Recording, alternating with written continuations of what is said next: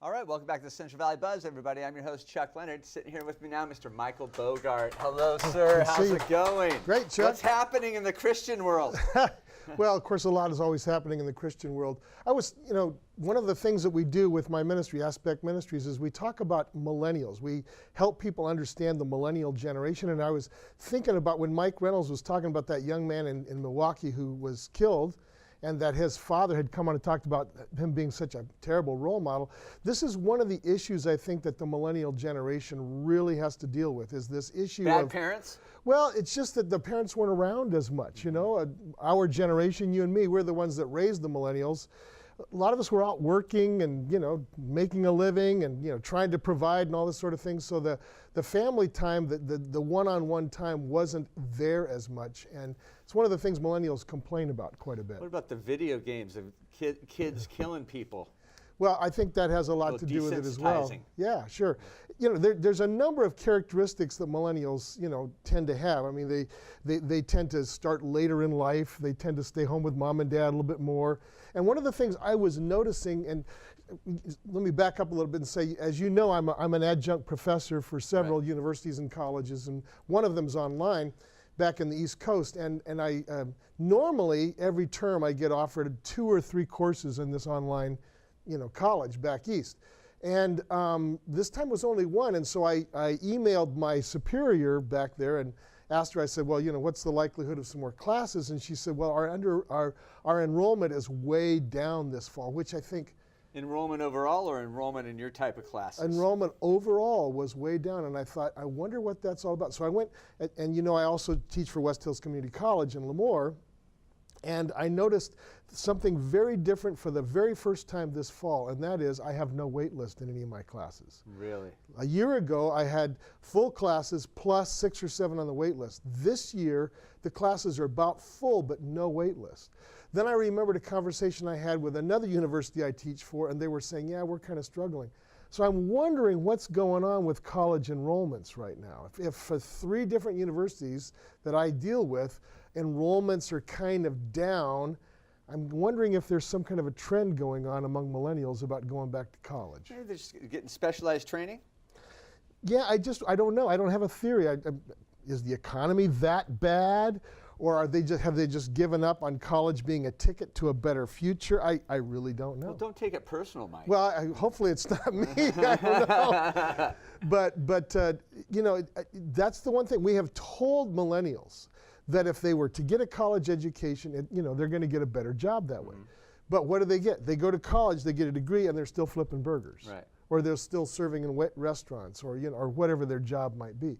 So I'm just wondering if we need to kind of rethink how we handle this generation and what we promise them. How about the upcoming generations? Well, yeah. It's not going to get any better. No.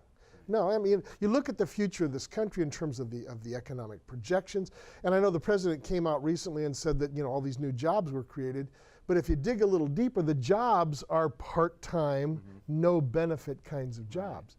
So then I look at the bigger picture even than that, and I think, well, it's not just millennials. How many people of our generation put together an income from 3 or 4 different part-time sources? Right. So, hey, are we talking about the 45-minute Bible today, or are we just bagging on millennials? Right. Boy, that's an abrupt transition into a... Yeah, I have this book called The 45-Minute Bible, you know, it's one of the things that I think really does appeal, since we're talking about millennials, it appeals to them, but it also appeals to other people. It's right now. It's immediate gratification. You don't have to spend a year reading the Bible. You can get this very this very overview summary of the Bible. And again, I want to make it very clear, I am not trying to replace the Bible. I'm trying to give this as an introduction, sort of a segue into more serious reading of it. Have you talked to many people that went through your 45-minute Bible and then went ahead and read the whole Bible? Well, yeah. I don't know how many, but yeah, I've had some people that said, you know... Is that your goal? Yeah, the goal is to get people interested, because the book is so intimidating. As you and I have talked many times before, that book is an intimidating book to a lot of people. It doesn't need to be.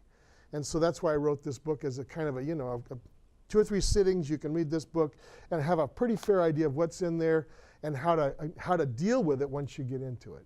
Awesome. What about your other books? How are they selling? They're doing well. In fact, this book, let me just double check. I'm in the process of getting this translated into Spanish, because the church in Latin America, of all different kinds, is growing by leaps and bounds. There was a news commentator in Mexico about 15 years ago that said if projections of that time continue into the future, Mexico will be 50% evangelical by 2025. Wow, that was on their national news. So, and there's not nearly so many resources in the Spanish world as we have in English. So my idea was to get this translated into Spanish, and we're just about done in a very high quality Spanish. Hope to be offering that in the Spanish market very soon. Just this one, or the Understanding Islam, Mormons, Starting, Jehovah's? Starting with this one to see what the waters are like. But yes, I have English versions of, I understand Mormonism, I understand Jehovah's Witness, the New Age movement, and then Islam as well. And we'll see how that goes. Awesome. So, your website, mindcuisine.com, that's where they can find these books? Yes, or aspectministries.com. Either way, they're both linked to the same product page. Okay. If one of the Buzzineers goes on there and wants to get it, we're going to give them a little deal? We're going to give the first person to email me at mike@aspectministries.com, the first person to email me can have their choice of the book version of the 45-minute Bible or the DVD.